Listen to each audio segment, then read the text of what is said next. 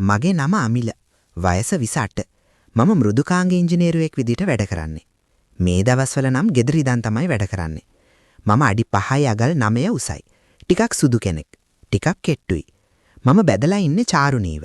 අපි මීට අවුරුදු 3කට කලින් මුලින්ම මීට්ටුනේ කැම්පස් එකේදී. පස්සේ අපි යාළු වෙලා මීට අවුරුදු 2කට කලින් මැරි කළා. අපේ ගෙවල් දෙකෙන්ම මේ වැඩේට කැමති නොවුණු නිසා පොඩි වෙඩින් එකක් අරන් අපි පොඩි ඇනෙක්ස් එකක පදිංචියට ආවා.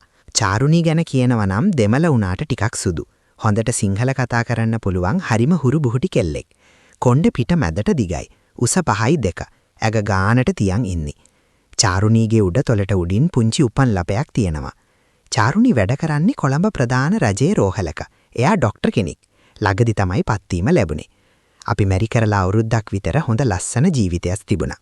මුලදී චාරුණී ටිකක් ලැජ්ජ වුණත් පහ වෙනකොට සෙක්ස් ලයිෆ් එක වුණත් මාරම සතුටක් ගේන දෙයක් වුණා. ටික කාලයක් කොහොම යනකොට අපි දෙන්නම වැඩත් එක්ක ටිකක් බිසි වුණා. දවසක් මම වැඩ කරන අතරේ රෑ 12 විතර චාරුණී කෝල් එකක් ගත්තා. එයා කියනවා අලුතින් එයාගේ වෝඩ් එකට ආපු ඩොක්ටර් කෙනෙක් එයා දිහා අමුතු විදියට බලනවලු. කතා කරන්න එනවලු. එහෙන් මෙහින් ඇගේ ගෑවෙනවලු.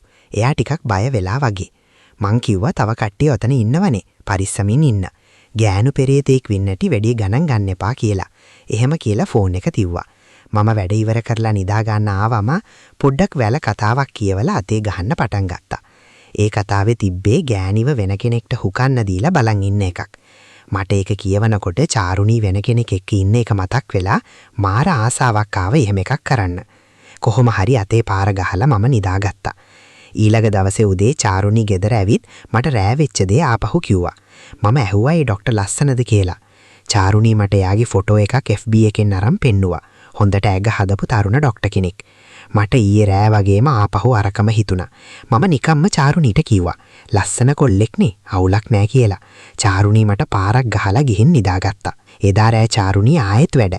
එයා ඇහැරිලා රෑට උයලා ලේස්ති වෙලා ලස්සන සාරි එකකුත් අදන් වැඩට ගියා. ඒ සාරි එකට චාරුණී මාර ලස්සනයි. එදා රෑත් මට කෝල් කරලා කිව්වා 10 විතර අර ඩොක අදත් ඉන්නවා. අදත් දෙපාරක් විතර ඇගේ හැප්පුණා කියලා.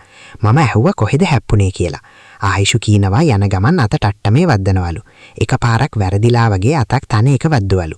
මට ඒක ඇහුවම පොඩි ආසාවක් ආවා. මං කිව්වා කොල්ලෙගේ ආසාවනේ පොඩ්ඩක් අල්ලලා ඉන්න දෙන්න කියලා.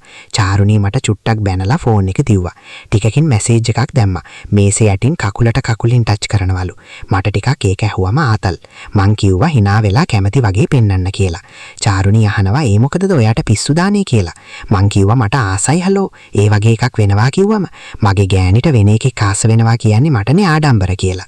චාරුණී ආයෙත් අහනවා ඇත්තම දාමිලෝ ඒ කියන්නේ වෙන පිරිමියෙක් වුණා නම් එහෙම ගෑනිවත් රස්සාවෙන් අයින් කරගෙන මූටත් ගහලා කියලා. මං කිව්වා මම ආසයි හලෝ කියලා. චාරුණී ටිකකින් ආයෙත් මැසේජ් එකක් එවනවා ඒ අමිලා මම පොඩ්ඩක් හිනාවක් දාලා හිටියා. එයා කකුල් දෙක මැදින් කකුලක් දාලා සාරිය අතරින් උඩට කකුලේවලා කකුලේ ගානවා කියලා. ඒක ඇහුවම මට හොඳටම කෙලිනුණා. මං කිව්වා ඔයා කැමති වගේ ඉන්න බය වෙන්න එපා. ළඟපාත තව කට්ටිය ඉන්නවනේ. මම උදේට ඔයාව ගන්න එන්නම් කියලා. චාරුණී එකපාරින්ම කැමති වුණා. එයාත් ටිකක් කැමති වගේ. මම හිමීට පයිය අත ගන්න ගත්තා. චාරුණී මට අයියෙත් මැසේජ් එකක් දැම්මා. ඇත්තටම ඔයා මේකට කැමති දානේ. මෙයා දැන් නම් ටිකක් වෙඩි වගේ කියලා. මම කිව්වා කමන්නේ සුදු. මම ආසයි ඔයා වෙන කෙනෙක් එක්ක ඉන්නවා දකින්න. මට ඇවිත් ඔක්කොම කියන්න කියලා. චාරුණී කියලා මැසේජ් එකක් එව්වා. චාරුණී ටිකක් මත් වෙලා වගේ. මම ඇහුවා දැන් මොනවාද කරන්න කියලා. චාරුණී කියනවා එයා සපත්තුව ගලවලා කකුල සනීපට කකුලෙන් පිරිමදිනවලු. හිමීට කකුල පුඩුවන් තරම් සාරිය ඇතුලෙන් උඩට අරන් එනවලු. මං කිව්වා ඔයා පුළුවන් තරම් පුටුවේ ඉස්සරහට වෙලා කරන්න දෙන්න කියලා. කෙල්ල එහෙම කරා. දැන් මේ ඩොක්ටර්ගේ කකුල චාරුණීගේ කලව මැද හරියට විතර එනවලු. මං කිව්වා ඔයා හිමීට කකුල අත ගන්න කියලා. චාරුණී මුලින් බෑ කියලා පස්සේ එහෙම කළා. එහෙම කරලා චාරුණී කිව්වා යා මැසෙන්ජර් එකට මට මැසේජ් එකක් එවලා මටත් එළියට එන්න කියලා යා එළියට ගියා. මොකද කරන්න කියලා. මට දැන් ඉන්නම බෑ මෝල් වෙලා. මං කිව්වා මැසෙන්ජර් එකෙන් මැසේජ් කරන්න කියලා ටිකක් වෙලා. මටත් මෙහි ඉඳන් බලන්න පුළුවන්. චාරුණී මැසේජ් එකක් දැම්මා. ඒ මොකදද කියලා. ඩොකා කියනවා පොඩ්ඩක් සුවද බලන්න ආසයි එන්නකෝ කියලා. චාරුණී බෑ කියලා දැම්මා. ඩොකා ආයෙත් එන්න කියනවා. චාරුණී මගෙන් අහනවා මොකද කරන්න කියලා. මං කිව්වා මම මැසේජ් කරන්නම් කියලා. චාරුණී කැමති වුණා. මං දැම්මා කවුරු හරි දකීවි අනේ කියලා. ඩොකා කියනවා එහෙනම් රෙස්ට් රූම් එක ගාවට එන්න. අද එයා විතරක් ඉන්න නිසා අවුලක් නෑ කියලා. මං දැම්මා චුට්ටක් ඉන්න මම එන්නම් හැබැයි චුට්ටයි හොදේ කියලා. චාරුණී මට මැසේජ් කරනවා මොනවද අනේ කියන්නේ මට බෑ කියලා. මං කොහොම හරි චාරුණීව කැමති කරගත්තා. ටිකකින් මම ආයිෂුට කිව්වා ඔයා යන්න ගිහින් පොඩි පොඩි දේවල් කරන්න දෙන්න කියලා. එයා කැමති වුණා. මට දැන් හොඳටම නැගලා. මම කෙල ටිකක් ගාලා පයිය අත ගාන ගමන් ආයුෂට කිව්වා මගෙත් එක්ක කෝල් එකේම යන්න කියලා. ආයුෂ මට කෝල් එකක් අරන් හිමීට රෙස්ට්රූම් තියෙන පැත්තට ගියා. මම කිව්වා ඇතුලේ දාන්න එපා. අනිත් ඒවා පොඩ්ඩක් දෙන්න කියලා. ආයුෂ ටිකක් ලැජ්ජ වෙලා. හැබැයි දැන් ආයුෂ ටිකක් මත් වෙලා වගේ. කියලා ෆෝන් එකත් කෝල් එකේම තියන් කාමරේ ළඟට ගියා. මට ඇහුණා ඩොකා ආයුෂට ඇතුලට එන්න කියනවා. ටිකකින් මට ඇහෙනවා තුල්ලුරනවා වගේ. අනේ හෙමින් ඔයා මාර ලස්සනයි ආයුෂු.